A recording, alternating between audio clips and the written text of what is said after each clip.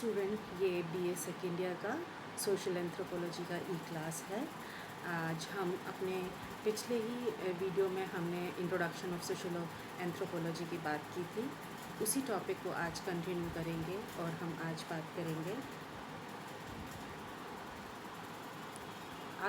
करेंगे सामाजिक मानव शास्त्र की अध्ययन वस्तु और क्षेत्र की subject matter and scope of social anthropology, यानी कि जो सामाजिक मानव शास्त्र है वो किस सीमा क्षेत्र में और किन किन विषयों पर बात करता है वैज्ञानिक तरीके से। तो सबसे पहली बात हम पूर्व में ही स्पष्ट कर चुके हैं कि जो सोशल एंथ्रोपोलॉजी विषय है वो मुख्यतः प्रिमिटिव मैन या आदिम मनुष्य के बारे में है और उसी तरह की जीवन शैली के साथ रहने वाले वर्तमान में ट्राइब्स के या जनजातियों के बारे में है। तो जो सोशल एंथ्रोपोलॉजी है उसका जो सब्जेक्ट मैटर स्कोप है वो प्रमुखतः आदिम और जनजातीय समाजों और समूहों के सामाजिक व्यवहार के संस्थागत स्वरूपों का अध्ययन करता है। संस्थागत स्वरूपों का से तात्पर्य है मनुष्य समाज ने अपने उद्विकास में जो संस्थाएं निर्मित की हैं। एक बार पुनः दोहरा दूँ, हम फर्स्ट ईयर में बात कर चुके हैं। संस्थाओं का मतलब है नियमों का समूह। तो हमने समाज के उद्विकास में परिवार जैसी संस्था का निर्माण किया है, नातेदारी या किनशिप सिस्टम को बनाया है, पॉलिटिकल इंस्टीट्यूशंस बनाए हैं, कानून व्यवस्था को बनाया है, धर्म, एजुकेशन और इसके अलावा बहुत सारी हमने सामाजिक संस्थाओं का निर्माण किया है। इन संस्थाओं के दौरान मनुष्य का व्यवहार किस तरह का था आदिम काल में, और जो ट्राइबल ग्रुप्स हैं उनमें किस तरह का व्यवहार है और किस तरह से ये संस्थाएं अपना काम करती हैं, इस बारे में बात करता है सोशल एंथ्रोपोलॉजी। अगला बिंदु है जो सोशल एंथ्रोपोलॉजी है वो आदिम समाजों का अध्ययन करता है। लेकिन एक महत्वपूर्ण बात है कि आदिम समाजों का अध्ययन करता है, पर जैसे जैसे सोशल एंथ्रोपोलॉजी का जो परिधि है या जो स्कोप है बढ़ रहा है, तो हम आधुनिक समाजों का अध्ययन भी तुलनात्मक रूप से अध्ययन करते हैं। तुलनात्मक रूप से मतलब है कि आदिम समाजों का सोशल स्ट्रक्चर किस तरह का है और बदलते बदलते हम इस मॉडर्न सिस्टम में किस तरह के स्ट्रक्चर को बना चुके हैं। तो जब हम मुख्य रूप से आदिम समाजों की बात करेंगे इस विषय में, तो ये वो समाज हैं जो साइज़ में छोटे हैं, लघु समाज शब्द प्रयोग किया जाता है, सरल तकनीक वाले समाज हैं, यानी मशीनों के मामले में और उपकरणों के मामले में जिन्होंने बहुत ज़्यादा प्रगति नहीं की थी, हम उन आदिम और जनजातीय समाजों की बात करते हैं। सरल आर्थिकी व्यवस्था, जैसे कि वर्तमान आधुनिक समाजों में बहुत जटिल और अंतर्राष्ट्रीय स्तर पर, वैश्विक स्तर पर जिस तरह की अर्थव्यवस्था है, इन समाजों की अर्थव्यवस्था उससे बहुत भिन्न, सरल थी। हम इस विषय पर एक पूरा टॉपिक पर बात करेंगे। और कम विशेषीकरण वाले समाज, चाहे समूह के आधार पर बात करें या नियम के आधार पर, मशीन के आधार पर, संस्थाओं की किसी भी इकाई की बात करें, इन समाजों में स्पेशलाइजेशन नहीं था, यानी बहुत सरलतम तरीके से इन समाजों की फंक्शनिंग थी। तो कुल मिलाकर हम कह सकते हैं कि सोशल एंथ्रोपोलॉजी आदिम समाजों का मुख्यतः अध्ययन करती है और उनका कंपैरेटिव स्टडी करती है मॉडर्न सोशल सिस्टम के साथ। इसके बाद अगला हमारा बिंदु है स्कोप एंड सब्जेक्ट मैटर के संदर्भ में कि सोशल एंथ्रोपोलॉजी का जो डायमीटर है वो सभी समाजों तक है। सभी समाजों से मतलब है विश्व में जहाँ जहाँ मनुष्य ने सामाजिक संरचना का निर्माण किया है, जिसको हम समाज कहते हैं, उन सब का हम अध्ययन करते हैं और आदिम जो स्तर था वहाँ से मुख्य रूप से अध्ययन करते हैं। तो मुख्यतः जो सोशल एंथ्रोपोलॉजी है वो जहाँ जहाँ भी समाज और संस्कृति सभ्यता का निर्माण मनुष्य ने किया है, वहाँ वहाँ अपने स्कोप को रखती है या अपना दखल रखती है। लेकिन मुख्यतः ये जो हमारा साइंटिफिक स्टडी है प्रिमिटिव मैन के बारे में, वो मुख्यतः आदिम समाज के बारे में ही ये विषय बात करता है।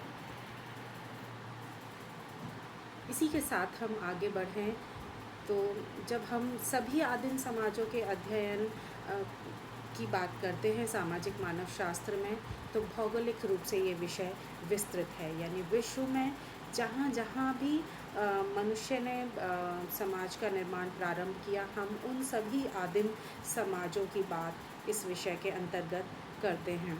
साथ ही वैज्ञानिक रूप से भी इसका जो विस्तार है वो ज़्यादा है।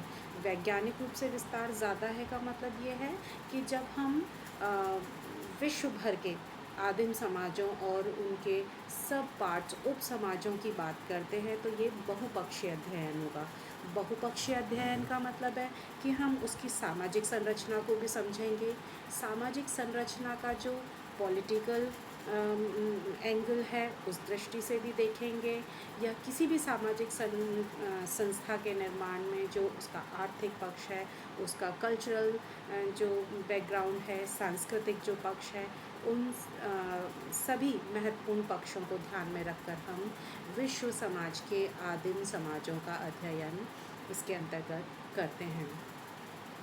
इसके बाद अगला बिंदु है जब हम आदिम समाजों की मुख्यतः बात करते हैं। यद्यपि अब जैसे जैसे मानव शास्त्र अपना डायामीटर बढ़ा रहा है तो हम आधुनिक समाजों की भी कंपैरेटिव स्टडी करते हैं, यानी आदिम समाजों की संरचना किस तरह की थी और उसकी तुलना में आधुनिक समाज किस तरह के हैं। लेकिन ये समझने के दौरान हम आदिम समाजों का अपना जो इंटरनल स्ट्रक्चर है, यानी उनकी अपनी एक जनजाति के अंतर्गत परिवार, नातेदारी, धर्म, संस्कृति, इन सब चीज़ों का भी अध्ययन करते हैं, और एक आदिम जनजाति को तुलनात्मक रूप से अन्य आदिम जनजातियों के कनेक्शन में भी देखते हैं। यानी एक जनजाति के इंटर रिलेशन दूसरी जनजातियों से किस तरह से हैं और तुलनात्मक रूप से दोनों भिन्न कैसे हैं, समान कैसे हैं। इस दृष्टिकोण से हम किसी भी आदिम समाज की संपूर्ण संरचना को समझने की कोशिश करते हैं। इसके बाद एक महत्वपूर्ण विषय ये है कि जब हम पुनः इस बात को दोहराते हैं कि सोशल एंथ्रोपोलॉजी मुख्यतः जनजातियों और आदिम समाज या प्रिमिटिव मैन के बारे में है, लेकिन हर विज्ञान अपना ग्रोथ करता है तो सोशल एंथ्रोपोलॉजी का भी जो स्कोप एंड सब्जेक्ट मैटर है वो धीरे धीरे बदल रहा है, विस्तृत हो रहा है। तो अब ये जो बदलता हुआ सामाजिक मानव शास्त्र है वो किन की बात करता है, तो दो तरह से हम मुख्यतः बात कर सकते हैं कि जो प्रारंभ का मनुष्य समाज था उसका तो वैज्ञानिक अध्ययन हम करते ही हैं इस विषय में, लेकिन धीरे धीरे जो ग्रामीण समाज हैं, मुख्यतः वे ग्रामीण समुदाय और समाज जो मुख्य धारा से अलग हैं या जो आधुनिक तकनीकी रूप से विकसित समाज हैं, उनसे थोड़े जो पिछड़े हुए ग्रामीण समाज हैं, हम उनका भी अध्ययन अब इस विषय के अंतर्गत करते हैं, जिसमें कुछ याद रखने वाले जो एंथ्रोपोलॉजिस्ट हैं उनमें रेड फील्ड मैक्सिको में उन्होंने अध्ययन किया टेपोजालन गांव का, तो ये एक याद रखने वाला नाम है। इसके साथ ऑस्कर लेविस, मेंडलबॉम, मेयर आदि प्रमुख एंथ्रोपोलॉजिस्ट हैं जिन्होंने ग्रामीण समुदायों का अध्ययन किया है इस विज्ञान में। भारत के एंथ्रोपोलॉजिस्ट की यदि हम बात करें तो doctor S C. Dube, Ghurye, Srinivas, A R. Desai आदि प्रमुख नाम हैं जिन्होंने विशिष्ट आदिम समुदायों और ग्रामीण क्षेत्रों का स्ट्रक्चरल स्टडी, यानी एक पर्टिकुलर ग्रामीण क्षेत्र का जो उद्विकास है, वहाँ की विशिष्ट संस्थागत अध्ययन, उसकी पारिवारिक संरचना, नातेदारी का स्ट्रक्चर, रिलीजन आदि का अध्ययन इसके ग्रामीण समुदायों की श्रेणी में किया है। इसी के साथ साथ अब सोशल एंथ्रोपोलॉजी अपने आप को नगरीय और औद्योगिक समाजों के साथ भी जोड़ रही है। उसमें एल्टन मेयो का एक बड़ा नाम है, और भी हम कुछ उसके नए जो क्षेत्र उसमें ऐड होते जा रहे हैं हम बात कर सकते हैं कि कुछ एंथ्रोपोलॉजिस्ट ने विशेष रूप से पर्यटन के आधार पर कुछ विशिष्ट क्षेत्रों का या जिन स्थानों पर इंडस्ट्रीज़ आई हैं और इंडस्ट्रियल सेक्टर में जहाँ कुछ जनजातीय समाज जुड़ रहे हैं और उसमें जो परिवर्तन आ रहा है, उस दृष्टिकोण से कुछ एंथ्रोपोलॉजिस्ट अध्ययन करते हैं। तो मुख्यतः यदि हम बात करें, सोशल एंथ्रोपोलॉजी आदिम समाजों पर अपना ध्यान केंद्रित करती है और आदिम समाज अब नहीं हैं, तो वर्तमान में जो जनजातीय समूह हैं उन पर अपना ध्यान केंद्रित करती है। मुख्य धारा से अलग जो विकास में जो थोड़े से भिन्न हैं, या हम सरल शब्दों में कह सकते हैं पिछड़े हुए जो ग्रामीण समुदाय हैं, उनका अध्ययन करती है। और साथ साथ ही अब तुलनात्मक रूप से जो आधुनिक नगरीय समाज हैं और औद्योगिक जो हमारे समाज हैं, जहाँ पर इंडस्ट्रीज़ बढ़ रही हैं और ग्रामीण क्षेत्रों में उनका क्या प्रभाव आ रहा है या ट्राइब्स पर उनका क्या प्रभाव आ रहा है, इस दृष्टिकोण से सोशल एंथ्रोपोलॉजी अध्ययन करता है। तो हमारा आज का जो विषय बिंदु था, scope and subject matter of social anthropology, इसकी बात हम यहाँ समाप्त करते हैं। अपने अगले ई क्लास में इसी टॉपिक को कंटिन्यू करेंगे और कुछ नई एडिशनल इन्फॉर्मेशन लेंगे। Thank you.